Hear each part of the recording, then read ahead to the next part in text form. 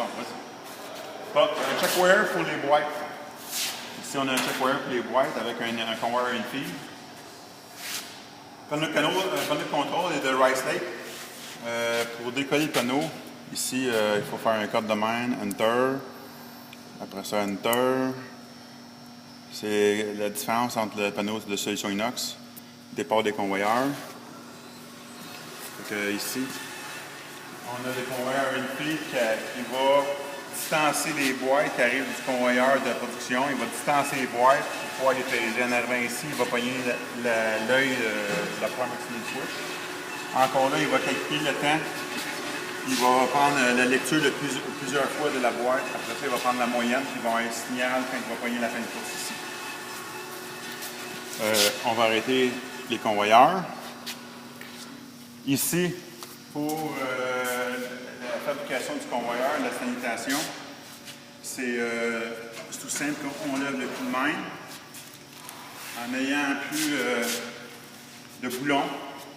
Fait que si, mettons, il y a un problème de roulement, on peut enlever le tambour tout simplement de même. Il est en stainless avec des roulements stainless.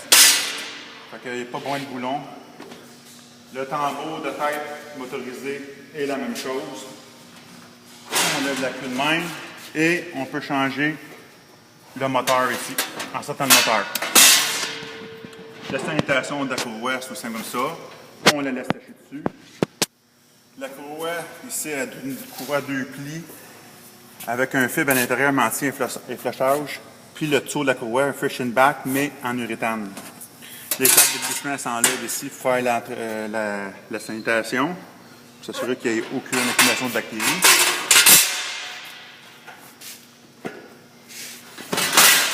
Le conwire est bâti. Ici, une plaque de boulonnée.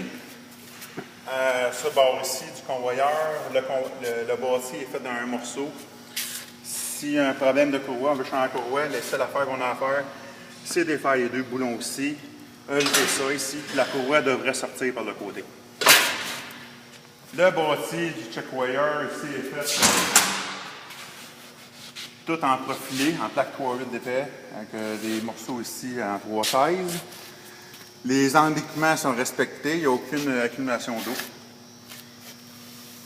Tout est fait pour avoir accès sans vraiment se pencher au sol pour faire la sanitation.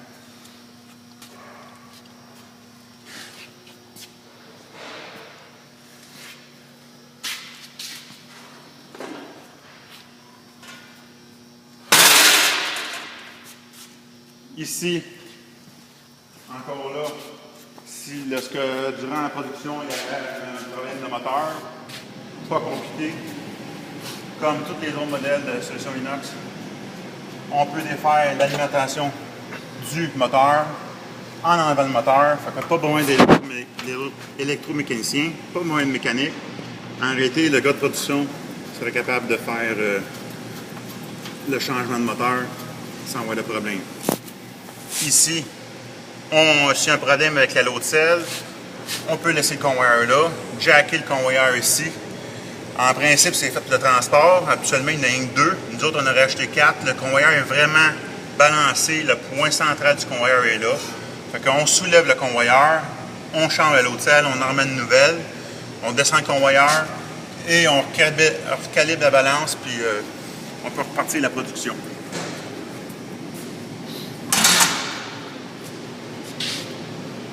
Ici, c'est avec un in-feed. Ce modèle ici n'a pas d'in-feed.